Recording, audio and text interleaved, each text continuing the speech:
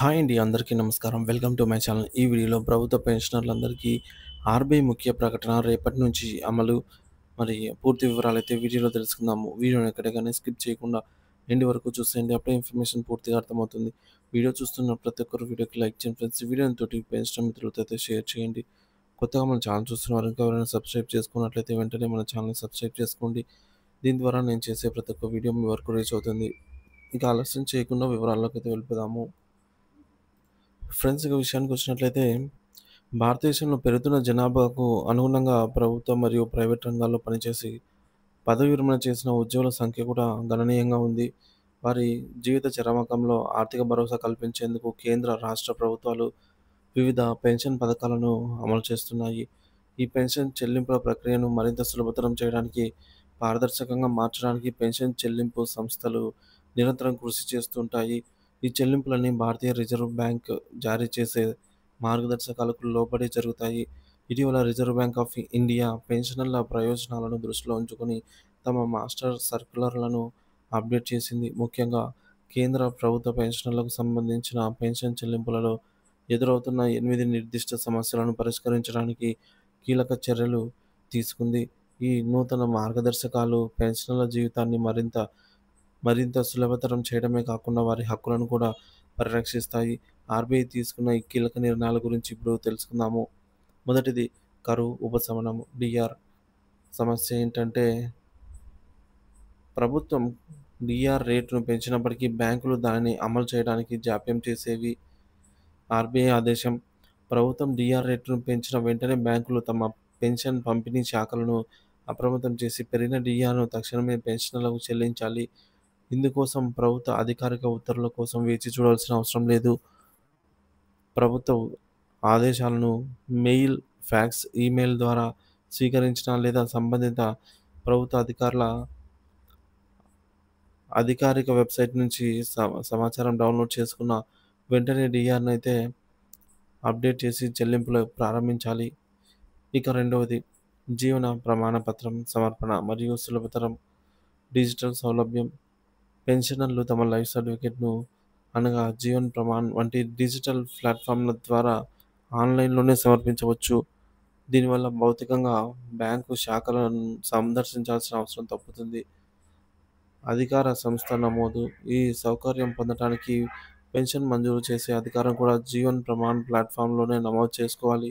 అప్పుడే పెన్షనర్లు ఈ డిజిటల్ సేవలను పూర్తిగా వినియోగించుకోగలరు. మూడవది సూపర్ సీనియర్ సిటిజన్ దివ్యాంగులకు ఇంటి వద్దకే సేవలు.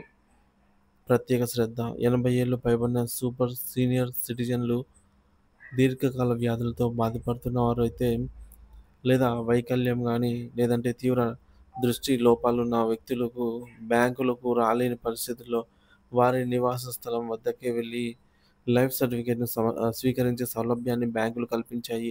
ఇది మానవతా దృక్పథంతో తీసుకున్న ముఖ్యమైన నిర్ణయం అని చెప్పవచ్చు. ఇక నాలుగవది కుటుంబ పెన్షను ప్రక్రియ సరళీకృతం. కొత్త ఖాతా అవసరం లేదు. పెన్షనర్ మరణించిన సందర్భంలో కుటుంబ పెన్షన్‌కు అర్హులైన జీవిత భాగస్వామి అదే పెన్షన్ ఖాతా ద్వారా పెన్షన్ పొందవచ్చు. ఇందుకోసం ప్రత్యేకంగా కొత్త బ్యాంకు ఖాతాను తెరవమని బ్యాంకులు వారిని ఒత్తిడి చేయకూడదు. పీపీఓ ఆధారంగా పెన్షన్ చెల్లింపు ఆర్డర్. పీపీఓలో కుటుంబ పెన్షనర్ పేరు స్పష్టంగా పేర్కొనబడి వారు జీవించి ఉంటే వారి ప్రస్తుత ఖాతాలోనే కుటుంబ పెన్షన్ జమ చేయాలి. పెన్షన్ జమ అయ్యే సమయం. పెన్షన్ చెల్లింపుదారులు ఇచ్చిన సూచనల మేరకు బ్యాంకులు నిర్ణీత తేదీలలో పెన్షనర్ల ఖాతాలో జమ చేయాలి. ఇకపోతే ఆరోది అదనపు పెన్షన్ చెల్లింపులు రికవరీ విధానము. పొరపాటున అధిక చెల్లింపు జరిగితే ఒకవేళ బ్యాంకు పొరపాటున గనక పెన్షనర్ ఖాతాకు అధికంగా పెన్షన్ జమ చేస్తే ఆ అదనపు మొత్తాన్ని ఎలా తిరిగి పొందాలో తెలుసుకోవడానికి సంబంధిత పెన్షన్ మంజూరు అధికారులను సంప్రదించాలి అని ఆర్‌బీఐ బ్యాంకులకు సూచించింది. ఇకపోతే తక్షణ వాపసు. ఒకవేళ అదనపు చెల్లింపు బ్యాంకు లోపం వల్ల జరిగితే పెన్షనర్ నుంచి ఆ మొత్తాన్ని తిరిగి రాబట్టడంలో అనవసర జాప్యం చేయకూడదు. ఆ అదనపు నిధులను వెంటనే ప్రభుత్వానికి తిరిగి జమ చేయాలి. పెన్షనర్‌కు తెలిసిన వెంటనే బ్యాంకుకు సమాచారం అందించి ప్రభుత్వానికి ఆ మొత్తాన్ని తిరిగి చెల్లించాలి. సో, మరి అందుకోసం ఈ విధంగా అయితే ఉంటుంది. ఇక లైఫ్ సర్టిఫికేట్ రసీదు, రాతపూర్వకంగా లేదా డిజిటల్ రసీదు. బ్యాంకులు పెన్షనర్ల లైఫ్ సర్టిఫికేట్‌లను స్వీకరించి తర్వాత వాటికి తప్పనిసరిగా సంతకం చేసి రసీదును అందించాలి. డిజిటల్ లైఫ్ సర్టిఫికేట్లు సమర్పించిన వారికి బ్యాంకు డిజిటల్ రసీదులను అందించవచ్చు. ఇక భవిష్యత్తులో ఎలాంటి వివాదాలు రాకుండా ఉపయోగపడతాయి. ఇకపోతే ఎనిమిదవది పెన్షన్ చెల్లింపు జాప్యానికి పరిహారము. Automated advancement scheme. Sorry friends, automatic పరిహారం. పెన్షన్ లేదా బకాయిల చెల్లింపుల్లో బ్యాంకులు జాప్యం చేస్తే అందుకు తగిన పరిహారం చెల్లించాలి. షెడ్యూల్ చెల్లింపు తేదీ తర్వాత సంవత్సరానికి 8% చొప్పున వడ్డీ లెక్కించి ఆ యొక్క పరిహారాన్ని పెన్షనర్ ఖాతాలో జమ చేసేందుకు బ్యాంకులు ఆటోమేటిక్‌గా జమ చేయాలి. ఇందుకోసం పెన్షనర్ల ఎలాంటి క్లెయిమ్ దాఖలు చేయాల్సిన అవసరం లేదు. ఇది పెన్షనర్ల హక్కు. ఇకపోతే తొమ్మిదవది అనారోగ్యం, వైకల్యం ఉన్న పెన్షనర్లకు ప్రత్యేక సౌకర్యాలు. ప్రత్యక్షంగా రాలేని వారికి, తీవ్ర అనారోగ్యంతో బాధపడుతున్న వారికి బ్యాంకు శాఖలను వారు భౌతికంగా ఆహ్, సందర్శించలేని అవసరమైన పత్రాలపై సంతకం, 6 వేలిముద్ర వేయలేని స్థితిలో ఉన్న పెన్షనర్లకు పెన్షన్ పంపిణీ చేయడానికి ఆర్‌బీఐ బ్యాంకులకు నిర్దిష్ట మార్గదర్శకాలు జారీ చేసింది. అధికారి నియమాలు.